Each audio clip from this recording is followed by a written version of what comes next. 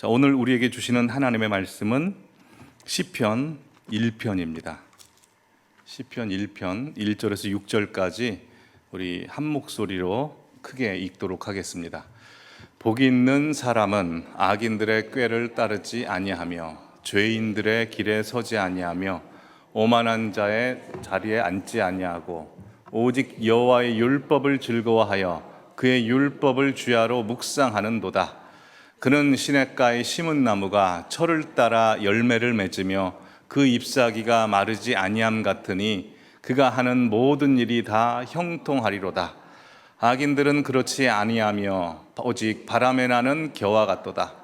그러므로 악인들은 심판을 견디지 못하며 죄인들이 의인들의 모임에 들지 못하리로다. 무릇 의인들의 길은 여호와께서 인정하시나 악인들의 길은 망하리로다. 아멘. 하나님을 믿든 하나님을 믿지 않든 이 세상 모든 사람들은 복을 구하고 복을 참 좋아합니다. 그래서 모든 세계 여러 나라를 가보면 약속하지 않았음에도 불구하고 약속한 것 같이 그들의 인사말에 복, 행복, 기쁨, 즐거움, 평안 같은 이 복에 대한 단어들이 들어가죠. 그래서 미국에서는 God bless you라고 인사하고 우리나라에서는 복 많이 누리세요, 복 많이 받으세요라고 인사합니다. 뿐만 아니라 우리나라나 중국 같은 경우에는 이 복복자를 대문이나 이불, 그리고 베개, 밥그릇, 국그릇, 젓가락, 숟가락 할 것 없이 다 붙여놓죠. 이게 얼마나 복을 구하면 그러겠습니까? 이걸 통해서 우리가 알 수 있는 것은 전 세계 모든 사람의 본능은 복을 좋아하고 복을 구하는 것이라는 것이죠. 왜 우리 모든 사람의 본능은 복을 참 좋아하고 복을 구하는 것일까요? 하나님께서 이 세상을 창조하실 때 복의 시스템으로 창조하셨기 때문입니다. 창세기 1장 21절 보시면 하나님께서 바다의 짐승들 뿐만 아니라 하늘의 짐승들, 새들을 지으시고 22절에 그들에게 복을 주시고 그 복으로 말미암아 생육하고 번성하고 충만케 되었습니다. 이 하나님께서 지으신 모든 세상은 하나님의 복이 스며들어 있어서 그 복으로 유지되고 번성케 되는 거죠. 근데 하나님께서 만드신 모든 피조물 중에 가장 복이 절실히 필요하고 복을 가장 원하는 존재는 우리 사람입니다.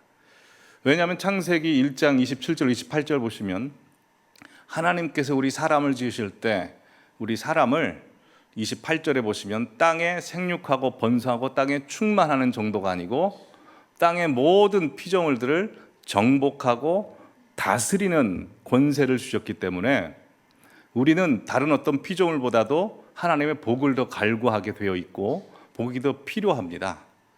자, 그렇다면 오늘 이 시간 이 자리에 계신 성도님들 스스로 한번 생각해 보시죠. 성도님들 스스로 느끼기에 나는 복받은 자다, 나는 복을 충분히 누리고 있다 라고 그렇게 생각하십니까? 생각하십니까? 네, 참 감사합니다. 근데 사실 세상 대부분의 사람들은 자신을 복받은 사람이라고 생각하지 않는 경우들이 많죠.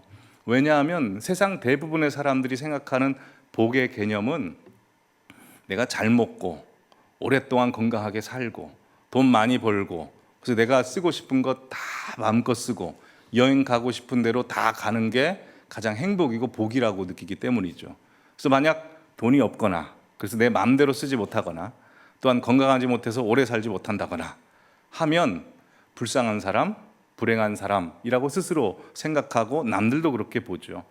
근데 한번 질문 드려보죠. 여러분, 사람이 오랫동안 건강하게 돈 많이 벌고 돈 많이 쓰면 그게 진짜 복이 있는 사람일까요?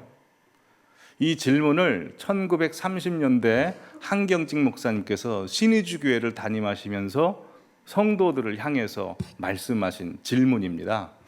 왜냐하면 당시 사람들은 수명이 40, 50 정도밖에 되지 않았고 또 일제, 압제와 보릿고개로 인해서 부자는 거의 없었습니다. 강단에서 한경직 목사님께서 질문합니다. 여러분, 돈을 많이 갖는 것이 복입니까? 그러니 당시 성도님들이 어떻게 답했겠습니까? 아멘 하고 답했죠. 또 질문합니다. 여러분, 오래 사는 것이 우리에게 복이 됩니까? 그저 더 크게 아멘 그랬죠. 그 질문에 대한 답을 들으시고 한경지 목사님께서는 1900년대 사셨던 할아버지께서 얘기해 주신 이야기를 합니다.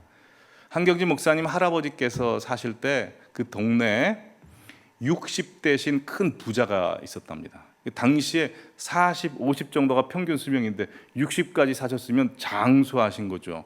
게다가 다른 모든 사람들은 가난한데 그 할아버지는 부자인 겁니다.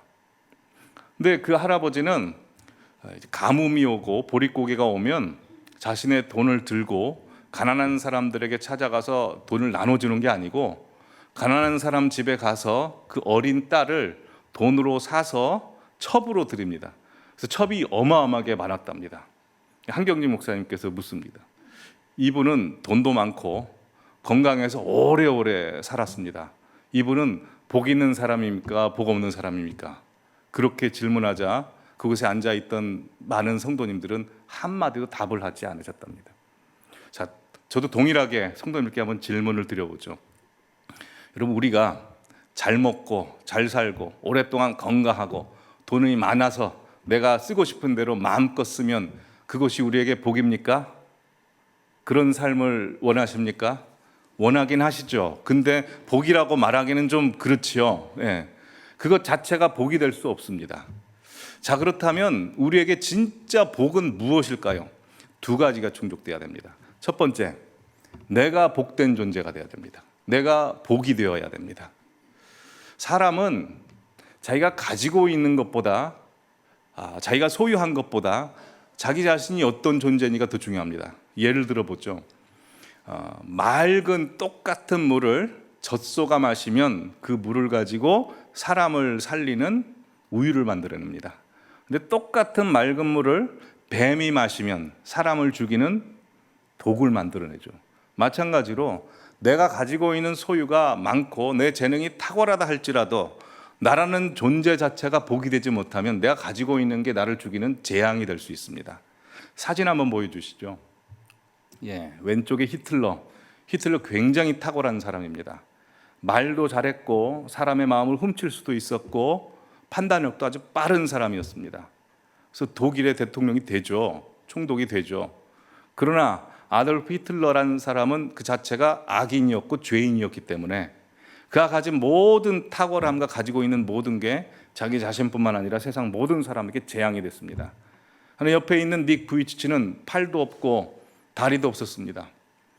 그래서 그의 어린 시절도 없는 거나 마찬가지였습니다. 하지만 예수 그리스도의 보혈의 피로 말미암아 또한 성령의 인치심으로 말미암아 그가 거듭나게 되자 오히려 팔이 없고 다리가 없는 것을 통해서도 많은 세상 사람들에게 복을 주고 생명을 주고 능력을 주게 된 것이죠. 마찬가지로 내가 복된 사람이 되고 내게 무엇이 복이냐면 내 존재 자체가 복이 되는 겁니다. 그럼 우리 존재 자체가 복이 된다는 건 무엇일까요? 아까 전에도 말씀드렸다시피 예수 그리스도의 보혈의 피로 내 죄가 씻김을 받고 성령의 능력으로 내가 거듭나 하나님과의 관계가 정상화될 뿐만 아니라 하나님과의 관계가 가까워지는 것, 그것이 우리에게 복이 된다는 것입니다.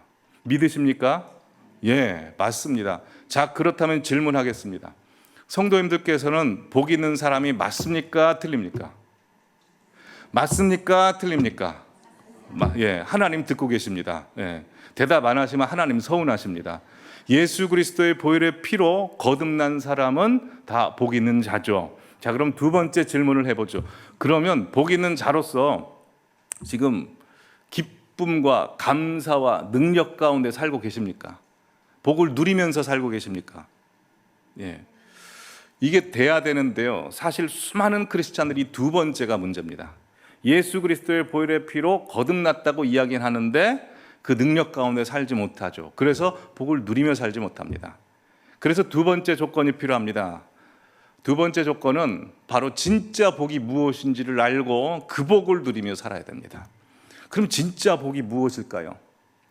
헬라어로는 복을 마카리온이라고 해서 팔복할 때 복을 이야기합니다. 근데 오늘은 구약 성경을 보고 있으니 구약 성경의 복을 말씀드리죠. 구약 성경에서 복을 두 단어로 이야기합니다. 첫 번째 단어는요, 바라크입니다. 이 바라크는 버락 오바마 할 때 그 버락이랑 똑같습니다. 이 바라크가 아까 창세기 보셨을 때 하나님이 창조하신 피조물에게 복을 주시고 할 때 그 복입니다. 뜻이 복을 주다, 무릎 꿇다, 엎드리다. 즉 복을 주시는 분은 하나님이시고, 또한 복이라고 하는 것은 그 하나님이 내 위에 있다는 것을 알고 낯짝 엎드리면서 그 말씀 따라 살아가는 것, 그것 자체가 복입니다.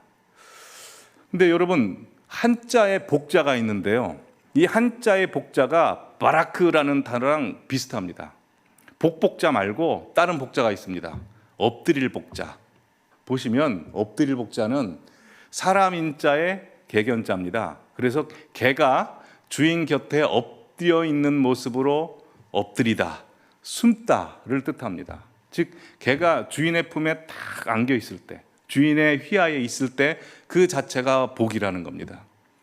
여러분, 근데 이 하나님 아래, 하나님 말씀 아래에 있는 것이 우리에게 복인데, 이 말씀을 조금 더 깊이 들어가면 아주 무시무시한 말씀이 됩니다. 여러분, 엎드릴 복자를 또 어디에 쓰는 줄 아십니까? 7월 25일인가요? 15일인가요? 초복입니다. 초복. 삼복할 때 다 엎드릴 복자를 씁니다. 삼복, 초복, 중복, 말복. 이 엎드릴 복자를 씁니다. 왜 엎드릴 복자를 쓸까요? 의미가 참 좋죠. 처음도 우리가 주님 앞에 엎드리고, 중간도 주님 앞에 엎드리고, 끝날 때도 주님 앞에 엎드리고. 근데 왜 초복, 중복, 말복 때 왜 사람 인자, 개견자가 있는 엎드릴 복자를 쓸까요? 여러분, 복날 원래 지금은 개를 식용하는 걸 굉장히 꺼려 하지만 기원전 600년대부터 중국에서는 그 복날 개를 식용했습니다. 그래서 그 문화가 들어와 가지고 원래 복날은 개를 먹었습니다. 근데 이걸 생각해 보면요, 너무 은혜가 됩니다. 왜 은혜가 되냐면 여러분, 개라는 존재는 굉장히 주인에게 충직하죠. 위험한 맹수가 다가와도 자기보다 더 강한 맹수랄지라도 주인을 보호하기 위해서 자신을 희생시킵니다. 뿐만 아니라, 이건 제가 경험을 했는데요, 주인이 못된 사람이라 할지라도, 그래서 개를 학대한다 할지라도 개는 주인에게 충직합니다. 뿐만 아닙니다. 초복, 중복, 말복 때 그 주인에게 충족한 개를 주인이 자기의 보양을 위해서 개를 잡아먹어도 개는 주인의 곁에 있습니다. 그래서 자신의 살과 피를 주죠. 누가 생각이 납니까? 예수님이 생각이 나죠. 이 개고기랑 예수님이랑 이제 매칭을 시키려니까 조금 이상하긴 하지만, 여러분, 예수님께서는 하늘 영광 버리시고 이 땅에 오셨고, 말도 정말 안 듣는 우리를 포기하지 않으십니다. 뿐만 아니라 우리를 위해서 자신의 살과 피를 다 주셨죠. 그래서 진짜 복 있는 사람은 예수님이 전형인데요, 우리도 예수님처럼 예수님 앞에, 하나님 앞에 낯짝 엎드릴 뿐만 아니라 우리의 몸과 살과 피와 모든 걸 드리는 것 자체가 복이다 라고 하는 것이 바로 엎드릴 복자, 바라크라는 의미입니다. 자, 두 번째, 구약 성경에서 복이라는 단어는 아샤르라는 단어인데요, 내면적인 복, 행복, 그리고 올바른 길을 걷다, 우리가 시편에서 보고 있는데 이게 바로 아샤르입니다. 이 뜻을 한번 합쳐보면 이렇게 되죠. 하나님의 뜻을 알고 예수님의 길을 걸으면 하나님께서 가지신 큰 기쁨과 능력과 복을 우리에게 부어주신다라는 게 복의 의미죠. 그래서 저 바라크라는 단어와 아샤르라는 단어를 합쳐보면 복은 이렇게 됩니다. 바라크는 엎드리다이기 때문에 예배라는 뜻도 되거든요. 그러니 하나님 앞에 예배를 드리고 하나님의 말씀을 들으면 내가 가야 될 길, 예수 그리스도의 길을 알게 되어 그 길을 가면 하나님께서 가지신 기쁨과 평안과 담대함을 우리에게 주신다. 이게 우리가 누려야 될 복이라는 것입니다. 그래서 이 바라크와 아샤르를 합쳐보면 또 신기하게 한자 복복자랑도 뜻이 같습니다. 보시면 한자 복복자는 보이다시, 제사시라는 한자와 가득 찰 복자가 합쳐진 복자입니다.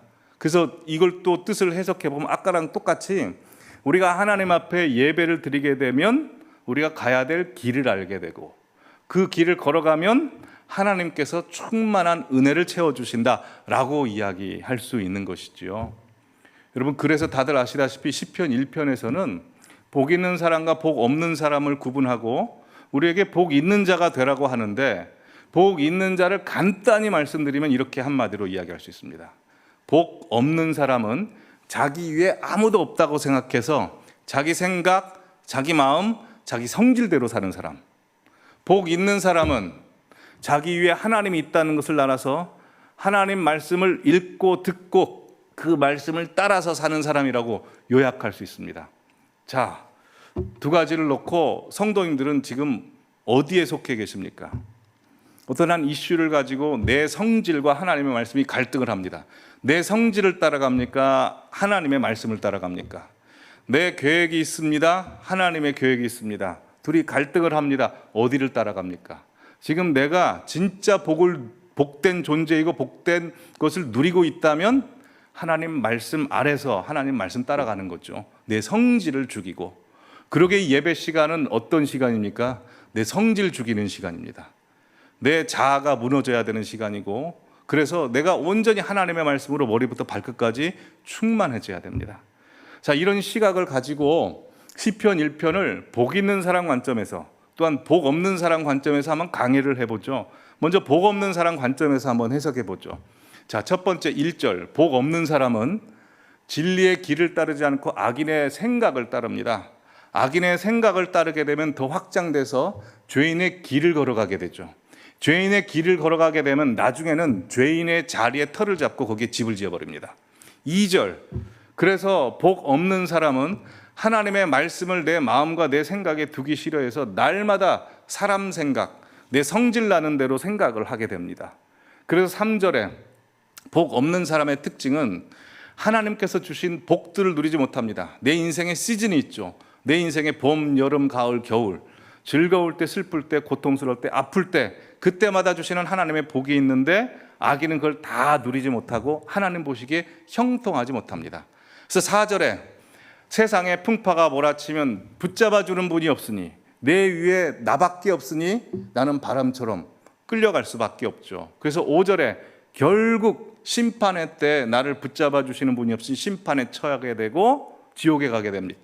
그래서 6절에 그 죄인들은 하나님께서 인정하시지 않으셔서 죄인의 이름은 기억도 안 하십니다. 그래서 부자와 나사로의 비유를 보시면 나사로의 이름은 기억하시는데 지옥 간 부자의 이름은 나오지도 않습니다.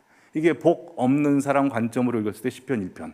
자, 복 있는 사람 관점에서 한번 시편 1편을 보시면 복 있는 사람은 이제 예수 그리스도의 생각, 예수 그리스도의 마음을 품게 됩니다. 그러면 그 다음에 예수 그리스도의 길을 걸어가게 되고 예수님이 앉으셨던 겸손한 자리에 터를 잡고 살게 됩니다. 그럼 하나님의 은혜가 넘치죠. 그럼 2절에 보면 밤이나 낮이나 주님 생각, 밤이나 낮이나 하나님의 말씀을 으르렁거리면서 묵상합니다. 그러면 3절에 우리 인생에 기쁠 때, 슬플 때, 아플 때, 봄, 여름, 가을, 겨울 때 하나님이 주시는 복이 있습니다. 고통스러워도 하나님이 주시는 열매가 나고 힘들어도 하나님이 주시는 복을 느끼게 됩니다. 하나님이 인정하시죠. 그래서 4절에 세상의 모든 풍파가 다가와도 하나님이 붙잡아 주시니 조금은 흔들릴 수 있으나 완전 요동하지는 않습니다. 그래서 5절에 어떤 심판이 다가와도 주님께서는 우리를 천국으로 인도하시고 6절에 그래서 세상 사람들이 인정하는 인생이라 할지라도 복 있는 사람의 인생은 주님께서 우리의 이름을 똑똑히 기억하신다라고 해석할 수 있습니다. 우리 모든 성도님들께서 복 있는 사람 쪽의 삶을 사시고 그 복을 다 누리시길 바랍니다. 여러분, 그러려면 어떻게 해야 됩니까? 오늘 말씀은 딱 한 가지 말씀하고 있습니다. 하나님 말씀을 읽고 말씀을 듣고 항상 말씀 앞에 거하라 라고 말씀하시는 겁니다. 잠깐 조사를 좀 하겠습니다. 죄송하지만 눈을 좀 감아주시고요. 솔직히 한번 손을 들어주시기 바랍니다. 성도님들의 현황을 좀 살펴보기 위해서 그렇습니다. 성경을 구약 성경부터 신약까지 한 번이라도 통독을 다 해보신 분 한번 손 들어보시기 바랍니다. 내려주시기 바랍니다. 나는 구약만 읽었다 하시는 분 손 한번 들어주십시오. 나는 신약만 읽었다. 내려주시기 바랍니다. 나는 날마다 정기적으로 성경을 읽고 기도하고 있다 하시는 분 손 한번 들어주시기 바랍니다. 네, 감사합니다. 예, 눈을 떠주십시오. 네, 주무시지는 마십시오. 네. 우리가 항상 말씀을 읽고 말씀 안에 거해야 합니다. 왜냐하면 하나님의 역사는 예외 없이 항상 말씀이 임하는 곳에서부터 시작됩니다. 하나님의 역사는 항상 말씀이 떨어진 사람에게서부터 시작됩니다. 성경을 한번 보십시오. 아브라함에게 말씀이 임해서 그때 아브라함은 본토 친척 아비집을 떠나 하나님이 지시할 땅으로 가게 됩니다. 모세 역시 그 전에는 그냥 마음대로 살다가 하나님의 말씀이 호렙산에서 임하시자 그는 애굽 땅으로 들어가 하나님께서 하시는 역사, 출애굽의 역사를 이룹니다. 여호수아도 요단 동편에서 두려워하지 마라, 담대하라, 좌로나 우로나 치우치지 마라 라는 말씀이 임하고 나서부터 그는 요단강을 건너고 가나안에서 전쟁에서 승리하게 됩니다. 기드온 역시 큰 용사여라고 숨어있는 기드온에게 하나님께서 말씀하시사 그 말씀이 임한 이후부터 그는 300용사로 14만 5천 명을 죽입니다. 다윗 역시 광야에서 정처 없이 떠돌고 있었지만 광야에 하나님의 말씀이 임하자 이 시편을 기록하고 그런 삶을 버텨나갈 수 있습니다. 엘리야 역시 그릿시나가에서 하나님의 말씀이 임하자 그는 850명이 있는 갈멜산으로 두려워하지 않고 가서 거기서 여호와의 불로 말미암아 승리하게 됩니다. 이사야도 하나님의 말씀을 성전에서 드린 직후부터 공의의 말씀을 선포하기 시작했고 또한 예수 그리스도의 초림, 재림, 성령 강림 그리고 새하늘과 새 땅을 선포하게 됩니다.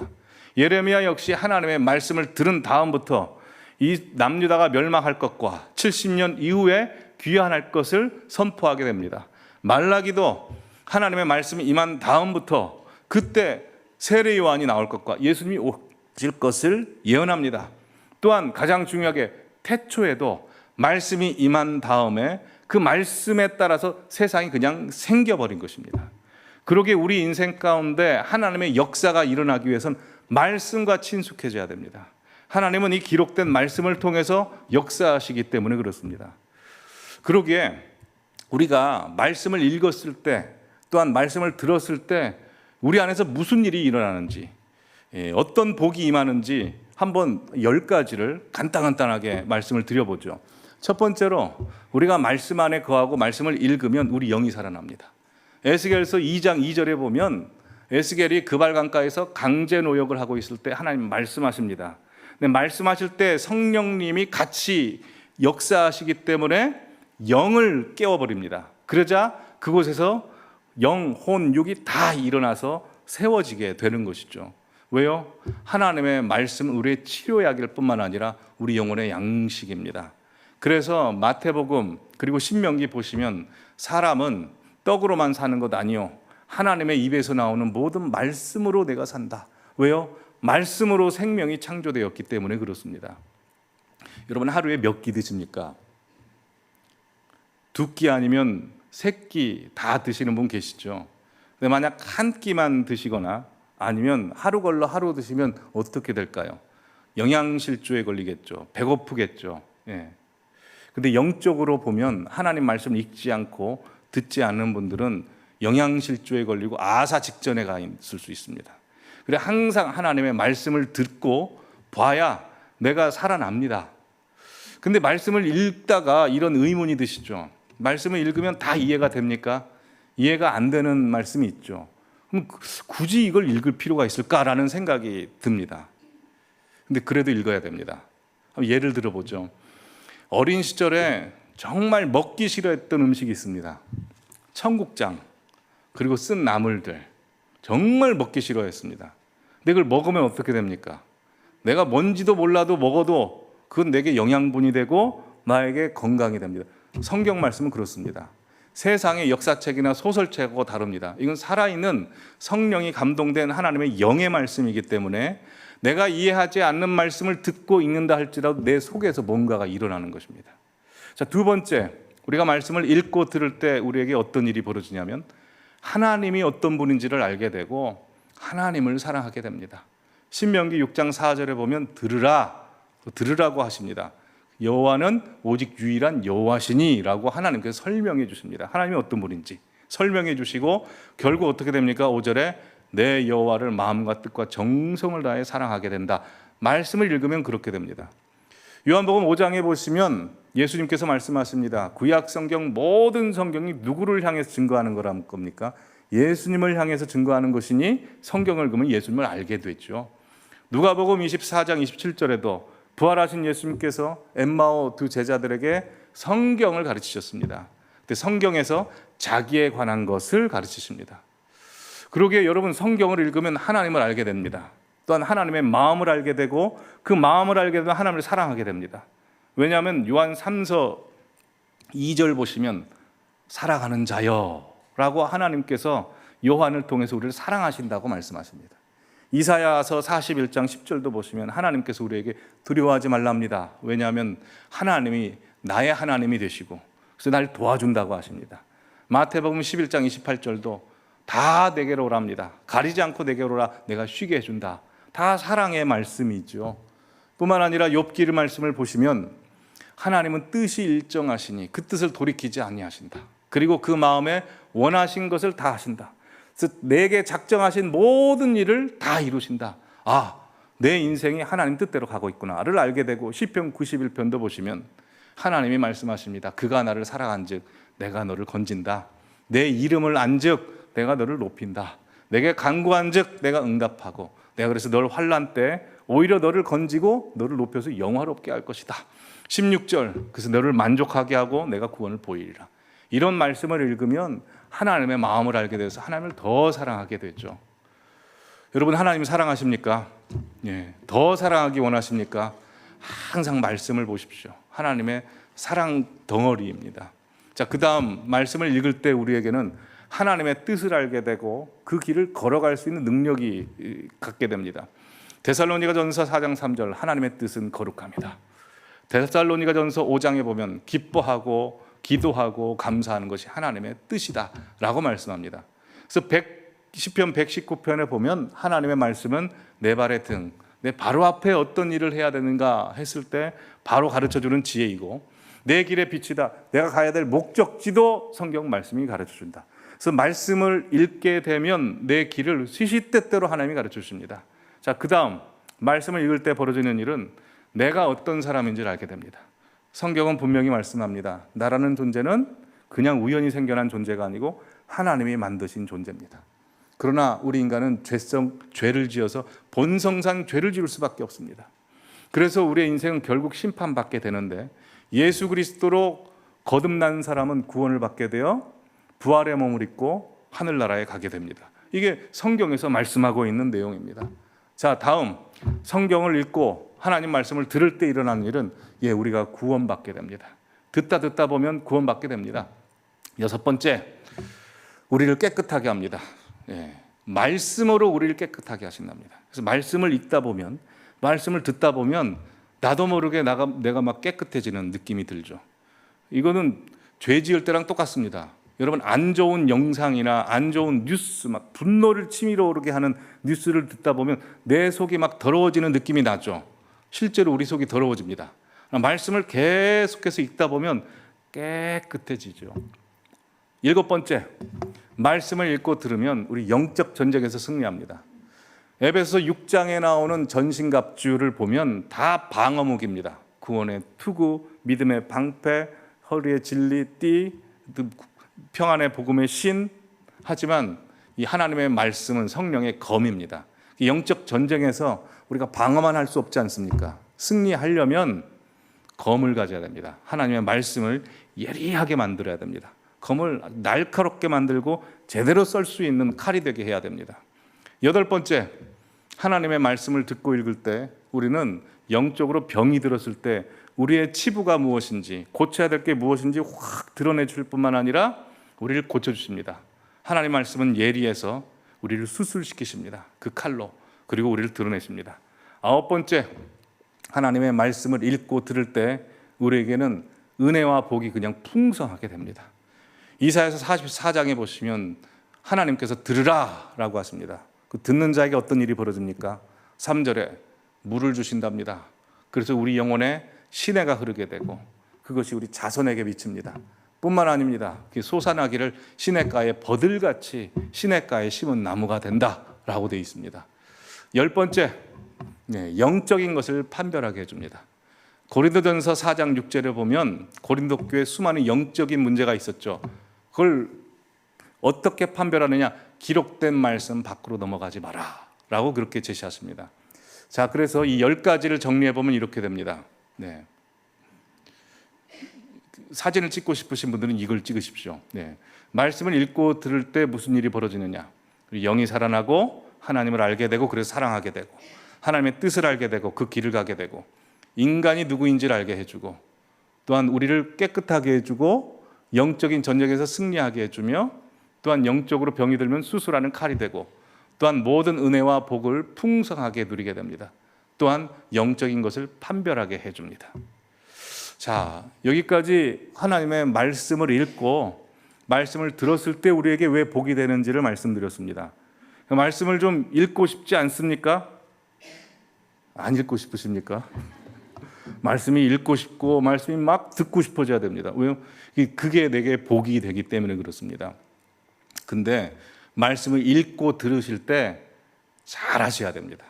못 하시면 오히려 망합니다. 그림을 하나 보여주시죠.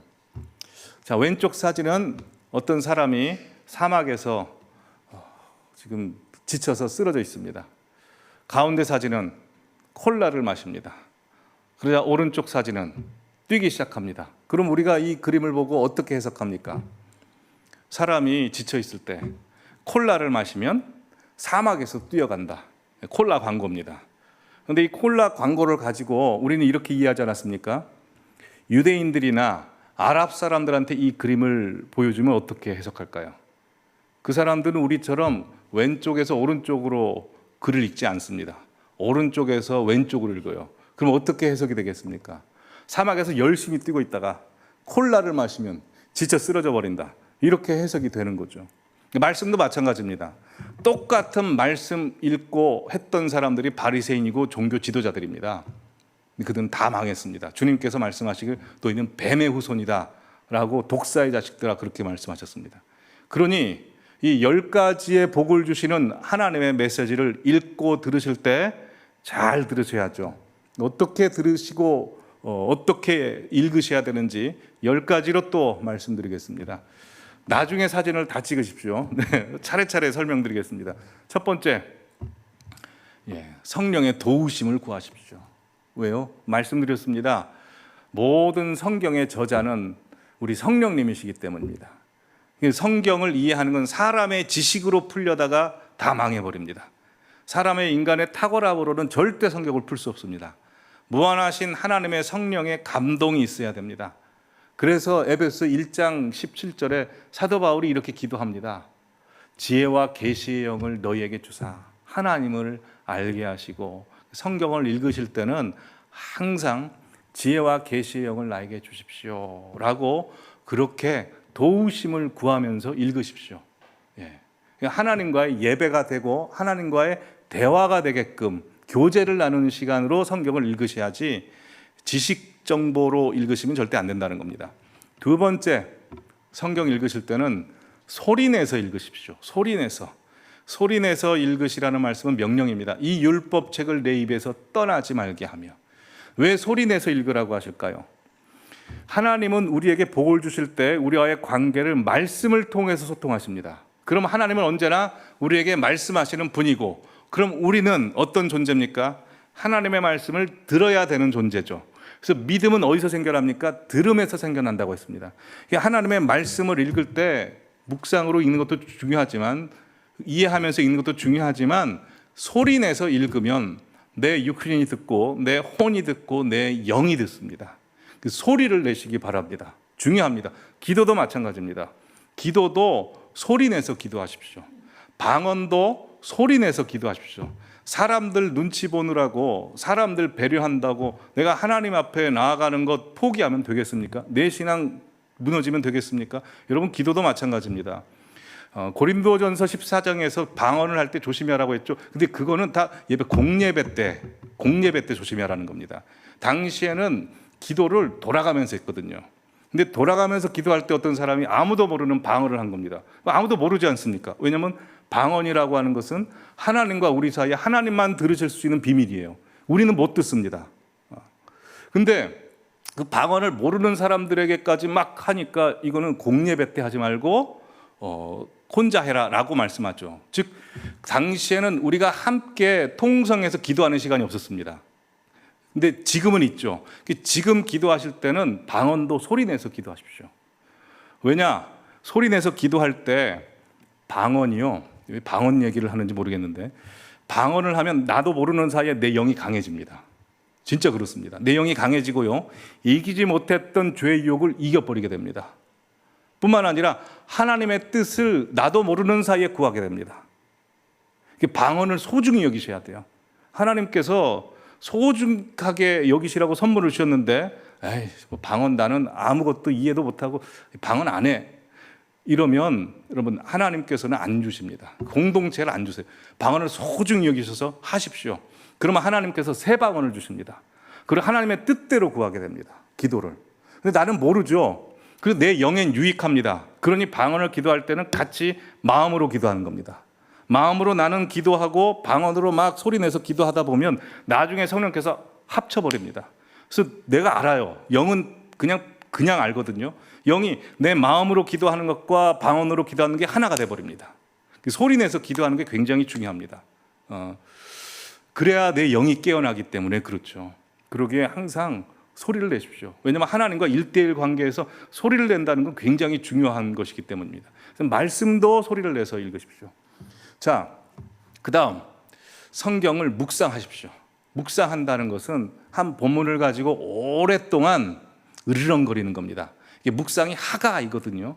말씀을 잡고 으르렁 되는 겁니다. 계속해서 묵상이라고 하는 것도 다 명령입니다. 여호수아서 보면 내 입에서 떠나지 말게 하고 소리를 내서 말씀을 읽고 주야로 그것을 묵상하며 시간을 오래 간직하라는 겁니다. 그래서 시편 1편 2절에서도 주야로 묵상하는 자가 복이 있다라고 말씀합니다. 묵상하십시오. 네 번째 말씀을 사모하십시오. 정말 사모하셔야 됩니다. 다윗이 하나님 앞에 합한 사람이라고 칭함받았던 것은 말씀을 금보다 돈보다 더 소중히 여겼고 꿀송이보다 자신의 육체를 즐겁게 해주는 것보다 더 사모했기 때문에 그렇습니다. 하나님께서 우리가 말씀을 사모하는지 사모하지 않는지를 다 알고 계십니다. 이사야서 42장 20절에 보면 하나님께서 이렇게 탄식하시는데요.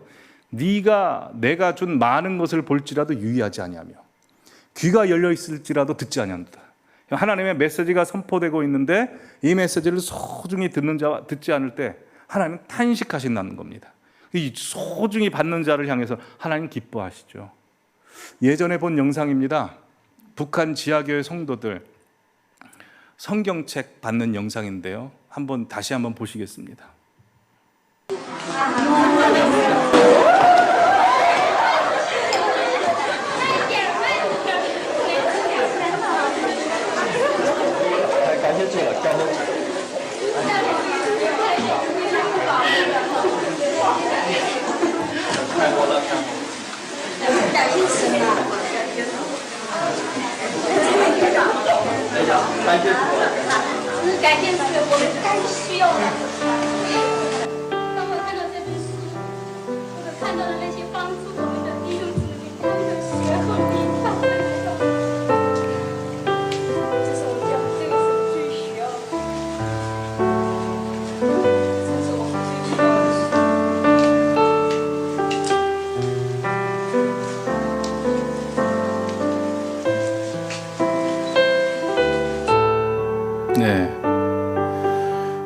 중국 지하교회 성도들이 성경을 받았을 때 얼마나 기뻐합니까? 하나님의 말씀을 소중히 여겨서 그렇죠.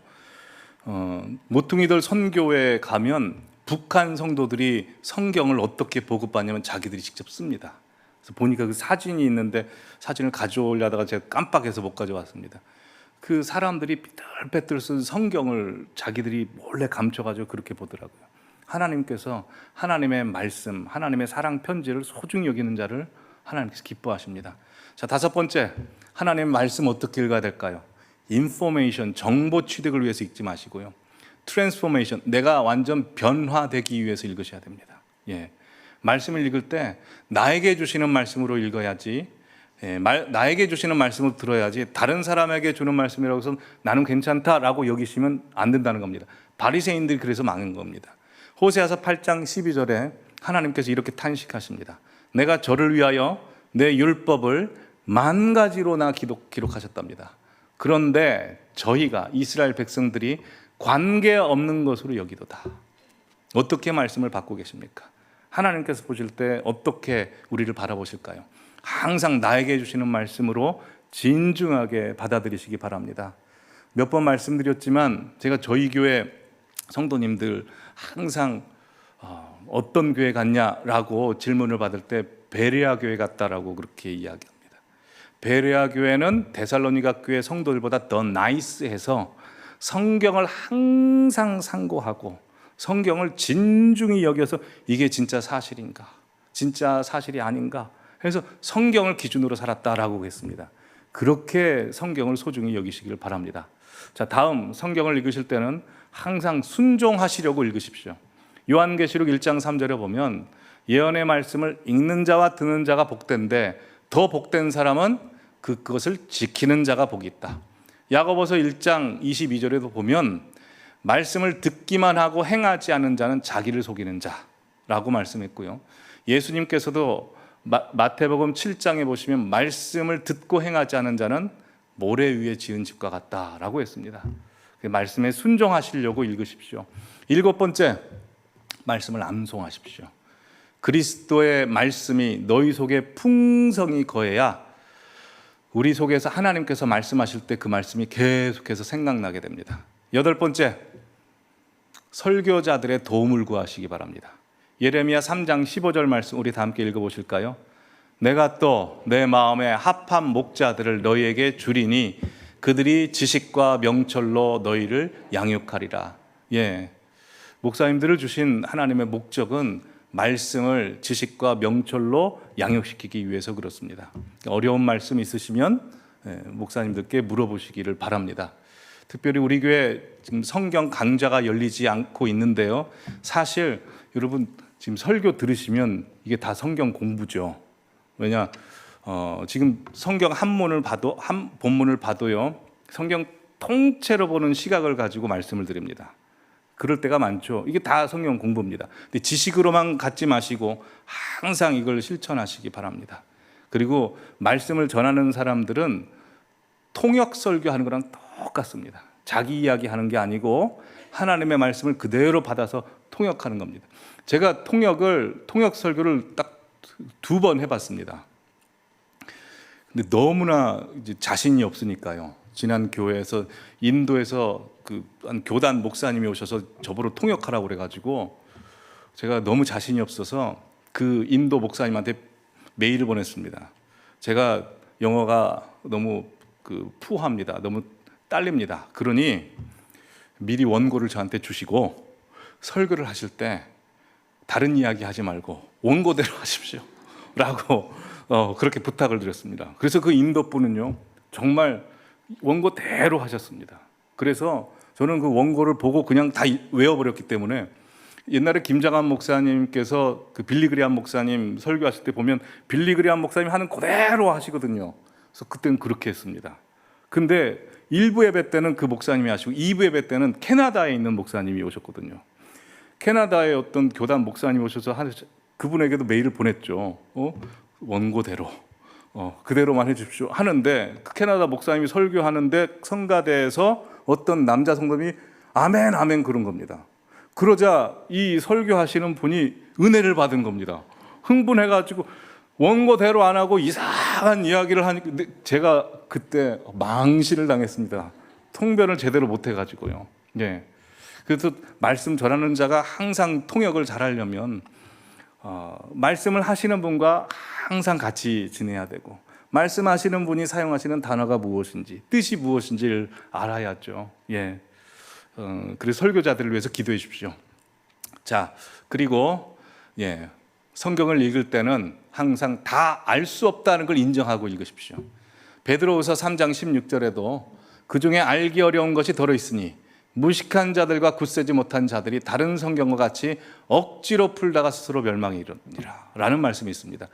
여러분, 하나님의 말씀은요 쉽습니다.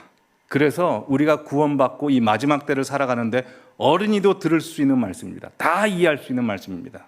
근데 일부러 하나님께서는 우리 지혜로 이해할 수 없는 말씀도 넣어주셨습니다. 하나님의 무한하심을 알라고 신비 가운데 그냥 두십시오. 그냥 넘어가도 내가 구원받고 하나님 앞에 인정받는 데는 아무 장애가 되지 않습니다. 그리고 마지막 10번째, 이 생명의 말씀을 읽고 말씀의 모든 걸 걸어버리시기 바랍니다. 여러분, 우리 민족이 굉장히 독특한 민족입니다. 참 신비스러운 민족입니다. 왜냐하면 기독교가 전파되는 모든 나라는 순서가 어떻게 되냐면 선교사가 먼저 그 땅에 들어갑니다. 그리고 복음의 메시지를 선포하고 복음을 받아든 사람이 교회를 세웁니다. 그런데 우리나라는 어떻게 복음이 처음에 전파됐냐면 선교사가 들어오기 전에 성경이 먼저 왔습니다. 그리고 성경을 보고 교회가 세워졌습니다. 그리고 다음에 선교사가 들어왔습니다. 옛날에 1800년대 후반에 존 로스 선교사님과 맥킨타이어 선교사님이 중국에서 우리나라로 들어오려고 했는데 들어오는 길이 너무나 위험했고 그때는 금교 정책, 복음을 전파하지 못하는 정책이 있었기 때문에 통과하지 못했습니다. 근데 고려문이라고 하는 보부상들이 왔다 갔다 하는 그 경계 문이 있거든요. 그 근처에서 복음을 전한 겁니다. 중국 만주 등지에서. 그때 누구를 만나냐면 서상륜 씨를 만나죠. 서상륜 장로님에게 복음을 전파하고 그분이 복음을 받아듣게 됩니다. 그래서 보부상이었던 서상륜 장로님이 인삼을 빼고 자기 짐에 성경을 넣어가지고 누가복음, 마태복음을 들고 자기 고향 소래 황해도로 갑니다. 복음을 성경을 전해서 하는데 다 받아들이게 됩니다. 그래서 자기 집에서 소래 교회가 처음 탄생이 됩니다. 성경을 읽어보니까 예수 그리스도를 구세주로 영접하는 사람은 세례를 받아야 되거든요. 그래서 소래교회 성도들 자기들끼리 세례를 줍니다. 근데 성경을 또 쭉 읽어보니까 세례를 아무나 주면 안 되거든요. 이거 우리가 잘못했다. 목사님을 모셔야 된다. 수소문 해보니까 한 2년 전에 언더우드 선교사님이 한양에 와 있는 겁니다. 그래서 두 사람이 언더우드 선교사님에게 갑니다. 언더우드 선교사님은 들어오셔서 당시 복음을 전파하지 못하고 여러 의료 활동이나 학교 세우는 일만 하고 계셨습니다. 얼마나 복음을 전파하고 싶었겠습니까? 근데 엄동설안에 기도만 하고 있었는데 자정에 누가 문을 두드립니다. 바로 그 황해도에서 온 소래교회 성도들입니다. 저희들 소래교회에서 성경 읽고 예수 믿은 사람인데 저희 선교사님께 세례 받고 싶어서 왔습니다. 그래서 선교사님께서 내가 당신들이 누군지 알고 세례를 주겠냐고 그러자 선교사님이 몇 가지를 물어보겠다고 합니다. 물어보는데 성경을 아주 착실하게 읽어서 다 대답을 합니다. 그래서 선교사님께서 내가 당신들을 보증할 수 없으니 또 아직은 세례를 줄 수가 없다라고 하니까 그 두 분이 웃옷을 벗습니다. 웃옷을 벗었는데 뒤에 뭘 달고 왔냐면 십자가를 달고 온 겁니다. 큰 십자가를 달고. 이게 뭐냐고 성경을 읽었더니 예수님께서 십자가를 지러 가시기 전에 제자들에게 나를 따르려거든 자기를 부인하고 자기 십자가를 지고 따라오라고 해서 십자가를 지고 그래서 따라왔다고. 거기에 언더우드 선교사님이 감동을 합니다. 그리고 두 분에게 세례를 베풀고 황해도 소래교회로 갑니다. 소래교회로 갔더니 한 30-40명이 모여 있는 겁니다. 거기서 세례를 주는 겁니다. 옛날 우리 믿음의 선조들은 그냥 말씀대로 말씀 앞에 자신을 다 내던져버렸습니다. 자, 그렇다면 성도님들께서는 어떻습니까? 그런 믿음의 선조들의 대를 이어서 우리가 믿고 있는데 지금 어떻습니까? 우리 모두는 다 변화를 원하지요. 그런데 사실 자기 성도님들이 원하시는 변화는 자기들이 원하는 변화 정도까지죠. 하나님께서 원하시는 변화까지는 아닙니다. 그래서 주님께서 말씀하실 때 이 시대에 내가 찾는 믿음이 없다라고 했습니다. 그러기 이 자리에 계신 모든 성도님께서 우리 사실 천국 간 날 얼마 남지 않지 않았습니까? 순식간에 시간 지나갑니다. 거기서 다 만날 텐데요. 이왕 만나는 김에 하나님 앞에 칭찬받고 상급 다 받으셔야 될 거 아닙니까? 그렇게 지금까지 어떻게 살아오셨든지 앞으로는 그냥 말씀 앞에 다 자신을 다 걸어버리시기 바랍니다. 상황이 너무 힘들고 어려워도 마치 아브라함이 자식도 하나님 앞에 바칠 수 있었던 것처럼 그렇게 다 바쳐보십시오. 그럼 하나님이 우리를 책임져 주시고 인도해 주시는 삶 가운데 붙들어 줄 뿐만 아니라 우리 모두를 천국으로 인도하실 줄 믿습니다. 믿으십니까? 우리 그렇게 한번 남은 세월 동안 그렇게 하나님 앞에 모든 것 다 걸고 그렇게 믿으시기를 바랍니다. 마지막으로 10가지 정리해서 다시 띄워주시면, 사진을 찍으실 분들은 사진을 찍으십시오. 성경을 읽으실 때 성령님의 도우심을 구하시고, 소리내서 읽으시고, 묵상하시고, 사모하시고, 절대 인포메이션으로 읽지 마시고, 트랜스포메이션, 변화를 위해서 읽으십시오. 말씀에 순종하시고, 암송하시고, 설교자들의 도움을 구해야 된다는 걸 인정하시고, 그리고 다 알 수 없다는 것도 인정하십시오. 그리고 마지막으로 말씀에 다 걸어버리시기 바랍니다. 아멘. 자, 이 시간 찬송 함께 하실 텐데요. 함께 부르실 찬송은 우리 주의 성령이 내게 임하니, 우리 주의 성령이 내게 임하여 손뼉치며 찬양합니다. 우리 손뼉치면서 뜨겁게 찬송하도록 하겠습니다.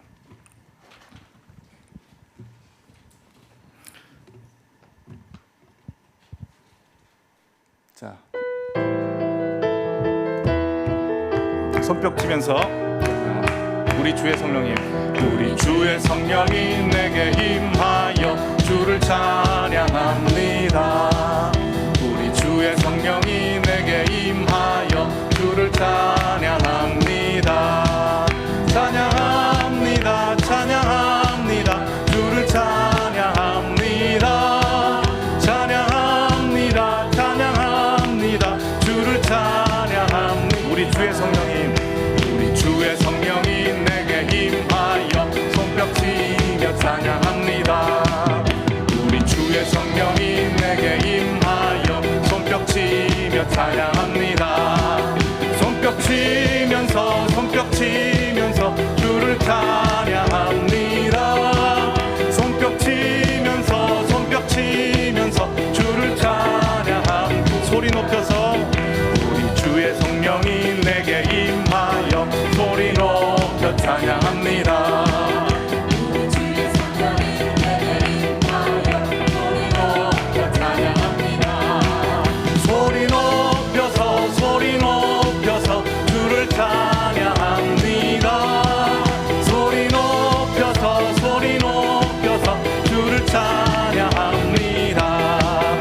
우리 주의 성령이 내게 임하여 춤을 추며 찬양합니다.